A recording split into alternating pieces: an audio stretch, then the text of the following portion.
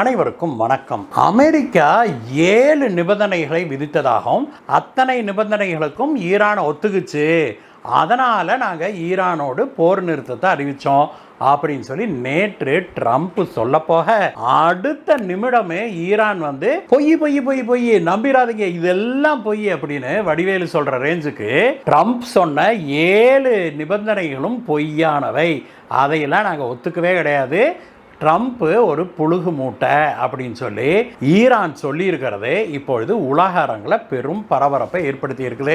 இது ஒரு செய்தி நண்பர்களே.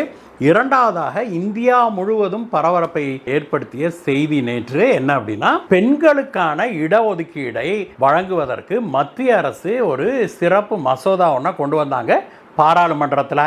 பெண்களுக்கு 33% ரிசர்வேஷன் கொடுக்கிறது, பாராளுமன்றத்திலையும் எல்லா மாநில சட்டசபைகள்லையும். அதை திமுக, காங்கிரஸ் உள்ளிட்ட எதிர்க்கட்சிகள் அதை தோற்கடிச்சு பெண்களுக்கு ஒரு மிகப்பெரிய துரோகத்தை செய்திருக்கிறாங்க அப்படிங்கிறத நேத்து நாம பார்த்து உண்மையிலேயே பயங்கர அதிர்ச்சி அடைஞ்சோம்.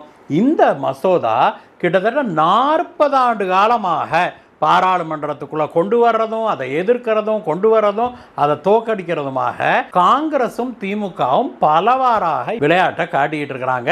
இந்த முறை மீண்டும் ஒரு முறை பெண்களுக்கு இடஒதுக்கீடு கொடுக்க கூடாது அப்படின்னு கங்கணம் கட்டிக்கிட்டு வேலை செய்தது திமுகவும் காங்கிரசும். அதுல இந்த பெண்களுக்கான இடஒதுக்கீடு மசோதாவை அவங்க தோற்கடிச்சதன் மூலமாக 2029 தேர்தலில் பெண்களுக்கான இடஒதுக்கீடு இருக்காது அப்படிங்கிறது தெளிவாகி இருக்குது.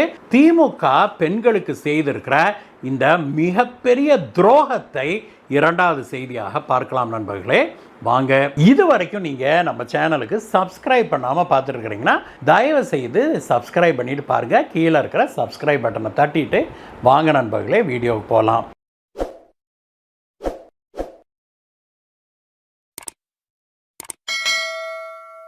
நண்பர்களே, நேற்றைய தினம் ட்ரம்ப் ஒரு செய்தி ஒன்று வெளியிட்டாரு. அதில் அவர் என்ன சொன்னார்னா, நாங்கள் ஈரானுக்கு 7 நிபந்தனைகளை விதித்தோம், அத்தனை நிபந்தனைகளையும் ஈரான் ஒப்புக்கொண்டுருச்சு, அதனால தான் நாங்கள் ஈரானோடு போர் நிறுத்தத்தை அறிவித்தோம் அப்படின்னு சொல்லி சொன்னார்.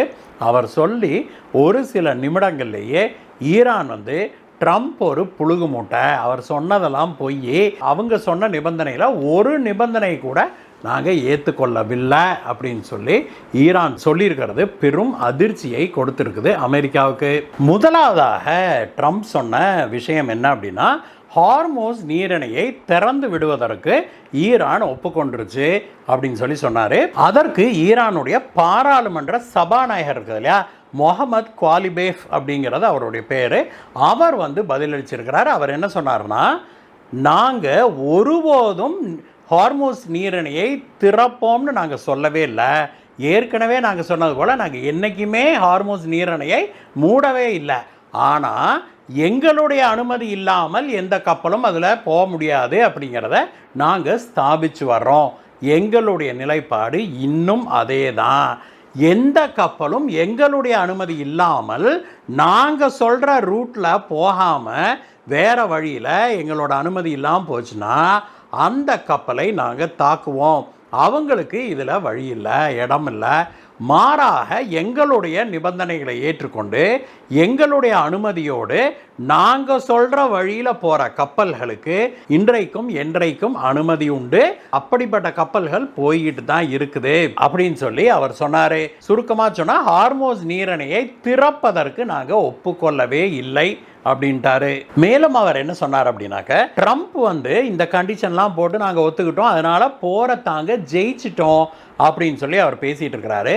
இது முழுக்க முழுக்க தவறான தகவல். அமெரிக்கா இந்த போரில் வெற்றியடையவே இல்லை. வெற்றி அடைஞ்சிருந்தா நாங்கள் ஏங்க இன்னும் இங்கே உட்கார்ந்து இப்படி பேசிகிட்டு இருக்க போகிறோம்? எங்கள் நாட்டை அவர்கள் வீழ்த்தவில்லை, இனிமேலும் அவர்களால் வீழ்த்தவே முடியாது. நீங்கள் வேணா பாருங்க, நான் வச்சது தான் இங்கே சட்டம், ஹார்மோஸ் நீரிணையை நீங்கள் வெளியில் நின்று பிளாக்கேடு பண்ணுறேன்னு என்ன கூத்து வேணா பண்ணுங்க, ஆனால் எந்த ஒரு கப்பலும் எங்களுடைய ஈரானுடைய அனுமதி இல்லாமல் இந்த ஹார்மோஸ் நீரிணையை கடக்க முடியாது அப்படிங்கிறத நீங்கள் இந்நேரம் உணர்ந்திருப்பீங்க, இல்லைனால் உங்கள் கப்பலை அனுப்பி பாருங்க உணர்வீங்க அப்படின்னு அவர் பயங்கர காட்டமாக பதில் சொல்லியிருக்கிறாரு. இது போல ட்ரம்ப் சொன்ன மற்ற விஷயங்கள் எல்லாமே பொய்யானவை, நாங்கள் எதையுமே ஒப்புக்கொள்ளவில்லை. உதாரணத்துக்கு நேற்று ஒரு பொய்யை சொன்னார் ட்ரம்ப்பு. என்னென்னா, இந்த என்ரிச்டு யுரேனியம் இருக்கு இல்லையா, அதை ஈரான் அமெரிக்காவிடம் ஹேண்ட் ஓவர் பண்ணுறதுக்கு ஒப்புக்கொண்டுருச்சு அப்படின்னு சொன்னார். இது முழுக்க முழுக்க தவறான செய்தி. ட்ரம்ப் சொன்னது பொய். நாங்கள் என்ரிச் யுரேனியத்தை அமெரிக்காவிடம் கொடுக்க மாட்டோம், நாங்கள் யாருக்கிட்டையுமே கொடுக்க மாட்டோம், அதை தொடக்கூட முடியாது அமெரிக்காவால். அது எங்கே இருக்குதுன்னு கூட அமெரிக்காவால் இன்றைக்கு வரைக்கும் கண்டுபிடிக்க முடியவில்லை. அதுதான் உண்மை அப்படின்னு அவர் சொன்னார். இப்படி ஹார்மோஸ் நீரிணையை திறக்க முடியாது, எங்களையே ஜெயிக்கவே முடியாதுன்னு ஈரான் சொல்லியிருக்குது. இன்னொரு பக்கம் அமெரிக்கா என்னுடைய அனுமதி இல்லாமல் எந்த கப்பலும் ஹார்மோஸ் நீரிணைக்குள்ளே போயிட்டு வர முடியாதுன்னு ஹார்மோஸ் நீரிணைக்கு வெளியில் நடுக்கடலில் இது காவலுக்கு நிற்குது ஒரு 15 போர்க்கப்பல்களை அனுப்பி. இந்த கூத்தில் இன்றைக்கு நம்மை போன்ற நாடுகள் தான் சிக்கி தவிக்கிறோம். ஹார்மோஸ் நீரிணை வழியாகத்தான் இந்தியாவுக்கு வர வேண்டிய கிட்டத்தட்ட 40% கச்சா எண்ணெய் வந்து கொண்டிருந்தது. இப்பொழுது அது முழுக்க முழுக்க நின்றுச்சு நண்பர்களே. இதில் அவ்வப்போது 1-2 கப்பல் இந்தியாவுக்கு வர்ற கப்பல்களை ஈரானும் அனுமதிக்குது, அந்த வழியாக வருது. இது நம்முடைய முழு தேவையை பூர்த்தி செய்யுமா அப்படின்னா இல்லை. அதனால் இந்தியா படு சாமர்த்தியமாக செயல்பட்டு அமெரிக்கா, ரஷ்யா போன்ற நாடுகளிலிருந்து கச்சா எண்ணெயும் ஆஸ்திரேலியா போன்ற நாடுகள்கிட்ட இருந்து நாம் சமையல் எரிவாயும் இறக்குமதி செய்ய தொடங்கிட்டோம். அந்த கப்பல்கள் எல்லாம் இந்தியாவுக்கு வந்து சேர ஆரம்பிச்சிருச்சு. அதனால தான் இந்தியாவில் பெட்ரோல் டீசல் தட்டுப்பாடெலாம் இதுவரைக்கும் ஏற்படல அப்படின்னா பார்த்துக்கோங்களேன். சரி நண்பர்களே, இந்த கூத்து ஒரு புறம் நடந்து கொண்டிருக்க, மற்றொரு புறம் இந்திய பாராளுமன்றத்தில் நேற்றைய தினம் எதிர்க்கட்சிகள் நடந்து கொண்டதை பார்த்து இந்திய மக்கள் கொதிச்சு போயிருக்கிறாங்கன்னே சொல்லணும். நேற்றைய தினம் அந்த எதிர்க்கட்சிகளை இந்திய மக்கள் மன்னிப்பாங்களா அப்படிங்கிறது ஒரு மிகப்பெரிய கேள்விக்குறியாகவும் மாறி இருக்குது. நேற்று என்ன நடந்தது பாராளுமன்றத்தில் அப்படின்னாக்க, பாரத பிரதமர் திரு நரேந்திர மோடி அவர்களுடைய அரசாங்கம் ஒரு சிறப்பு பாராளுமன்ற கூட்டத்தொடருக்கு அழைப்பு விடுத்தாங்க. 3 நாள் கூட்டத்தொடர் அப்படின்னு பிளான் பண்ணப்பட்டது. அந்த கூட்டத்தொடரில் அவங்க பெண்களுக்கான இடஒதுக்கீடு மசோதாவை அறிமுகம் செய்தாங்க. அதுபோக மேலும் 2 மசோதாக்களை அறிமுகம் செய்தாங்க, டீலிமிட்டேஷன் உட்பட. அந்த பெண்களுக்கான மசோதாவை தான் முதல்ல எடுத்துக்கிட்டாங்க நண்பர்களே. அதன் மீதான விவாதம் நடந்தபோது எதிர்க்கட்சிகள் பேசியதெல்லாம் பார்க்கும்போது உண்மையிலேயே நமக்கெல்லாம் பயங்கர வைத்தறிச்சலாக இருக்குது. அவங்கெல்லாம் கங்கணம் கட்டிக்கிட்டு பெண்கள் பெரிய அளவில் பாராளுமன்றத்துக்குள்ள அல்லது மாநில சட்டசபைகளில் வந்துவிடக்கூடாது அப்படிங்கிறதுல தெளிவாக இருக்கிறாங்க. அதைவே குறிக்கோளாக வச்சிருக்கிறாங்க அப்படிங்கிறது மிக தெளிவாக தெரிஞ்சது.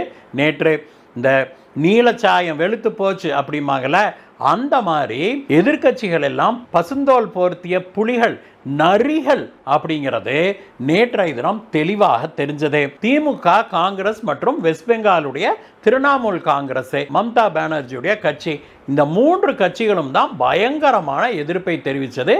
எதுக்கு?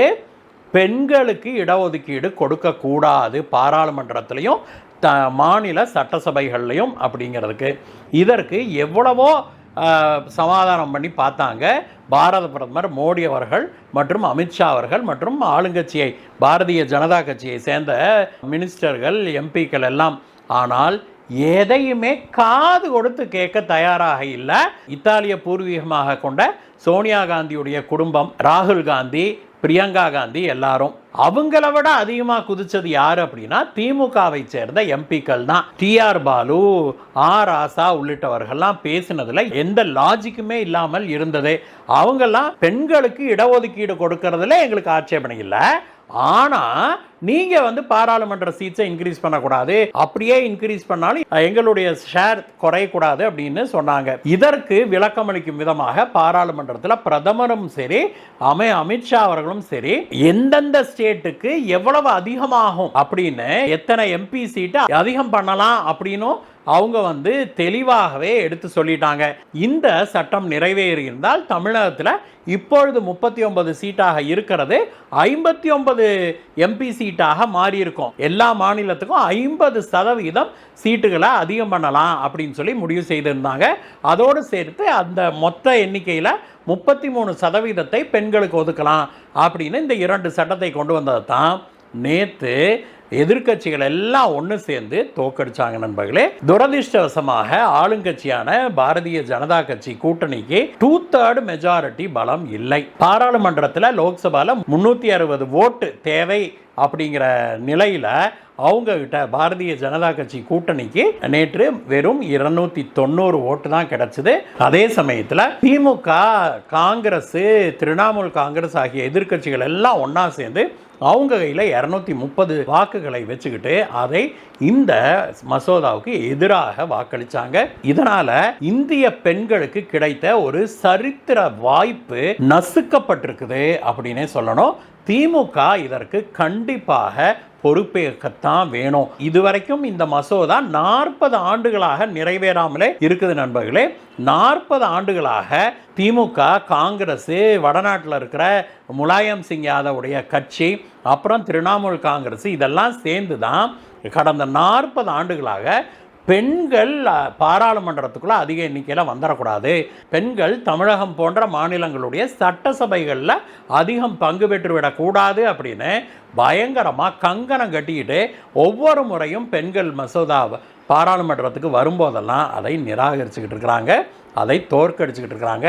நேற்றைய தினம் திமுக செய்தது பெண்களுக்கு எதிரான மிகப்பெரிய துரோகம். தமிழக பெண்களுக்கு எதிராக திமுக செய்த மிகப்பெரிய துரோகம் அப்படின்னே சொல்லணும். இதையெல்லாம் பார்த்துட்டு தமிழக பெண்கள் திமுகவுக்கு இனிமே வாக்களிப்பாங்களா அப்படிங்கிறது மிகப்பெரிய கேள்விக்குறியாக இருக்குது. இந்த விஷயத்தில் திமுக நடந்து கொண்டது சரியா? உங்களுடைய கருத்தை சொல்லுங்கள் நண்பர்களே. மீண்டும் உங்களை வேற ஒரு வீடியோ சந்திக்கிறேன் கைஸ். Bye bye.